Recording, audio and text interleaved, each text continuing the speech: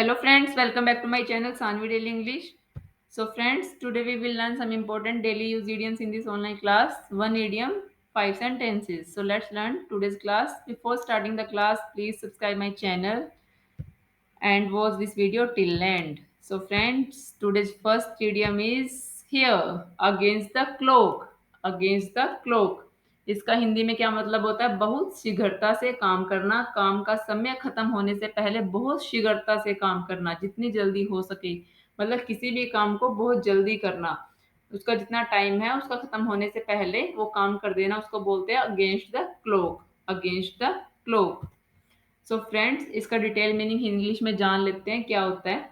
In a great hurry to finish something before a particular time, in a race against time, as fast as possible, not have enough time to do something, work very fast to complete something within a deadline. मतलब कि जितना जल्दी काम हो सके उसे पूरा करना, बहुत जल्दी में काम करना और डेडलाइन आने से पहले काम को बहुत फास्ट फास्ट करके कंप्लीट कर देना। ठीक है, तो ये था मतलब हमारा अगेंस्ट द क्लॉक एडियम का। उसके बाद हम how to use it in sentences let's learn. So first sentence is the team was working against the clock to finish the project on time. जो टीम है वो बहुत ज़्यादा हार्ड वर्क या बहुत जल्दी से काम कर रही है ताकि प्रोजेक्ट हमारा समय पे खत्म हो जाए। तो इसको क्या बोला? अगेंस्ट द क्लॉक, मतलब घड़ी के विपरीत काम कर रही है, समय समय से जल्दी जल्दी काम कर रही है। ठीक है। With her exam schedule the next week she was racing against the clock to finish her preparations. उसके एग्जाम नेक्स्ट वीक शेड्यूल हो गए हैं, so she was racing against the clock, मतलब कि वो बहुत जल्दी जल्दी काम कर रही है ताकि उसके टाइम पे प्रिपरेशन फिनिश हो जाए। ठीक है। He was working against the clock to finish his presentation in time for the upcoming conference. जो वो लड़का है, कोई बॉय है, वो अगेंस्ट द क्लॉक वर्क कर रहा है, मतलब बहुत जल्दी जल्दी फास्ट स्पीड में काम कर रहा है ताकि उसकी प्रेजेंटेशन टाइम पे खत्म हो जाए जो कि नेक्स्ट कॉन्फ्रेंस में उसे प्रेजेंट करनी है। ठीक है। This was the example of against the time in English sentences. So friends, next अपनी जो इडियम है वो है as keen as mustard. So friends, please channel को सब्सक्राइब जरूर कर लेना ताकि आपको अप टू डेट वीडियोस की नोटिफिकेशन मिलती रहे और आपको इंग्लिश में बोलने की नॉलेज बढ़ती रहे। As keen as mustard. Mustard इसका मतलब क्या होता है हिंदी में? उत्सुक, बहुत ही ज्यादा उत्सुक हो जाना, एक्साइटेड हो जाना किसी चीज के लिए। तो इसका डिटेल में इंग्लिश में जान लेते हैं। Very excited, enthusiastic, awaiting ईगरली। मतलब कि बहुत ज्यादा एक्साइटेड रहना किसी चीज के लिए, एंथुसियास्टिक हो जाना, उसके अंदर बहुत ज्यादा एनर्जी आ जाना, उत्सुक होना किसी काम के लिए। ठीक है।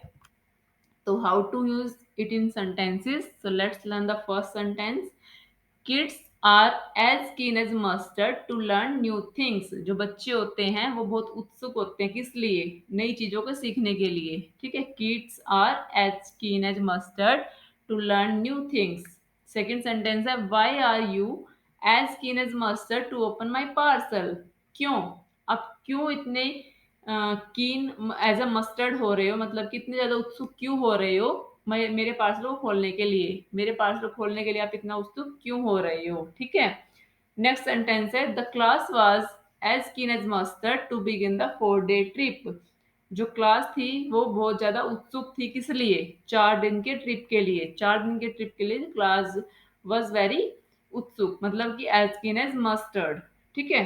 We all are as keen as mustard for our trip.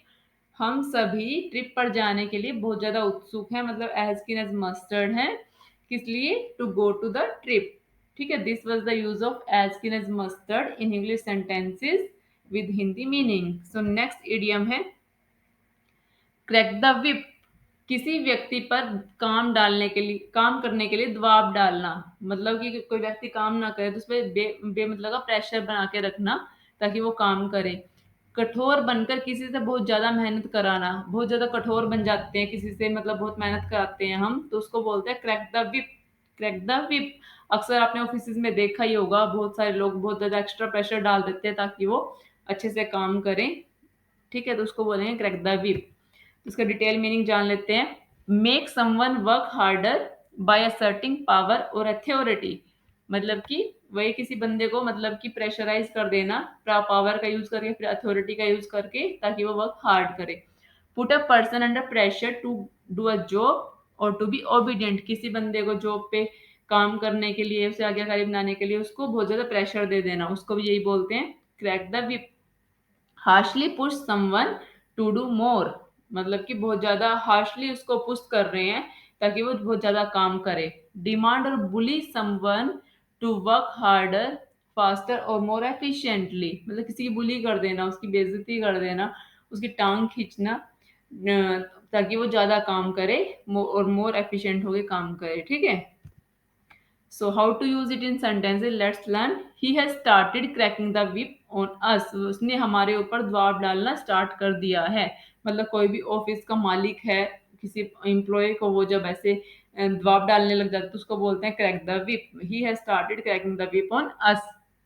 Next है company is going in loss, so boss has started to crack the whip on employ. जो कंपनी है वो लॉस में जा रही है, इसलिए बॉस ने क्या किया, एम्प्लॉयज पर प्रेशर डालना स्टार्ट कर दिया। ठीक है। We will have to crack the whip so that we finish the work before the deadline. हमें अपने ऊपर प्रेशर डालना पड़ेगा, मतलब अपने आप को क्रैक द विप करना पड़ेगा, अपने आप को ऐसा करना पड़ेगा ताकि हम अपना डेडलाइन से पहले काम पूरा कर दें। ठीक है। You should crack the whip on Rohan now. तुम्हें रोहन पर अब प्रेशर बनाना चाहिए, या रोहन पर मतलब कि उसको काम पूरा करने के लिए प्रेशराइज करना चाहिए ताकि वो जल्दी जल्दी काम करे। नेक्स्ट है बीट अराउंड द बश, घुमा फिरा कर बात करना या फिर इधर उधर की बातें करना। हम अक्सर देखते हैं लोग मुद्दे पर ना कर इधर उधर की बातें करते रहते हैं, घुमा फिरा कर किसी बात को बोलेंगे तो उसको बोलते हैं बीट अराउंड द बस, बुस। बुस भी बोल सकते हैं, बस भी बोल सकते हैं। तो डिटेल मीनिंग क्या है इस इंग्लिश में जान लेते हैं। Avoid talking about the main topic, मतलब मेन टॉपिक के अवॉइड करना उसके बारे में, और इधर उधर की बातें करते रहेंगे। नॉट स्पीकिंग डायरेक्टली और precisely, avoid the important point, मतलब डायरेक्टली स्पीक नहीं करेंगे, प्रिसाइजली नहीं बोलेंगे, कुछ भी इधर उधर की बात बोल देंगे, जो उसके इंपॉर्टेंट पॉइंट्स है वो नहीं बोलेंगे। अप्रोच इनडायरेक्टली, इनडायरेक्टली वे में बताएंगे किसी किसी चीज को। इन अ राउंड आउट वे और टू कॉजली, मतलब बहुत सावधान हो गए, इधर उधर की बात बोलेंगे, मुंह संभाल संभाल के कि हमें ये बोलना ये नहीं बोलना, मैं डायरेक्ट टॉपिक नहीं बताएंगे, ये चीजें हैं ये बातें हैं इसमें। Speak in a doubt indirect और मिसलीडिंग वे, गलत तरीके से कोई बात को बताना है, उस चीज को बोल रहे हैं बीट अराउंड द बुश। सो इसको एग्जाम्पल्स में पढ़ लेते हैं कैसे कैसे सेंटेंसेस में यूज करेंगे। Will you please stop beating about the bush and get to the point, क्या आप इधर उधर की बातें छोड़कर बात को घुमाने की बजाय आप पॉइंट पे बात करना स्टार्ट करेंगे। Stop beating around the bush, इधर उधर की बातें घुमाना बंद करो, इधर उधर की बातें करना बंद करो। There is no sense in beating around the bush, इधर उधर की बातें करने का कोई मतलब नहीं है। Why can't you get straight to the point instead of beating around the bush. तो मतलब कि why can't you get straight to the point, मतलब आप सीधा पॉइंट पे क्यों नहीं आ सकते, बल्कि बजाय कि आप इधर उधर की बातें करते रहते हो। ठीक है। तो ये था हमारा बीट अराउंड द बुश के इंग्लिश एग्जाम्पल। हम इसको सेंटेंस में कैसे यूज कर सकते हो, इसका डीप मीनिंग क्या है। सो नेक्स्ट ईडियम है दोस्तों अपनी benefit of the doubt. So friends आगे चलने से पहले प्लीज चैनल को सब्सक्राइब कर लेना, मेरी आपसे भी गुजारिश है। प्लीज वीडियो पे कमेंट करके मुझे जरूर बताना अगर आपको इनका सभी का ईडीएम का मतलब समझ आना चाहता है, तो एक एक ईडीएम का मुझे कमेंट में सेंटेंसेस में यूज करके जरूर कमेंट करना। तो बेनिफिट ऑफ द डाउट का हिंदी मीनिंग होता है किसी को संदेह का लाभ देना, बिना किसी प्रमाण के किसी की बातों पर भरोसा करना। मतलब किसी चीज का कोई संदेह होता है फिर भी उसकी बात पर भरोसा कर लेते हैं, बिना किसी बात का कोई प्रमाण नहीं होता उसकी बात का, फिर भी उस पर भरोसा करते हैं, उसको बोलते हैं बेनिफिट ऑफ द डाउट। एक तो उस बंदे पर डाउट है फिर भी उस पर भरोसा कर रहे हैं। ठीक है। तो इसका डीप मीनिंग क्या है, to be just innocent unless the conviction is proved, मतलब किसी को भी ऐसे बोल देना है तो इनोसेंट है, वरना जबकि हमें पता नहीं है रियलिटी क्या है उसके पीछे। To treat a person as innocent till not proven convicted, मतलब कि किसी पर्सन को इनोसेंट डिक्लेयर कर रखा है जब तक उसका मतलब प्रूव नहीं हुआ, अभी तक उसको बात की रियलिटी नहीं पता है।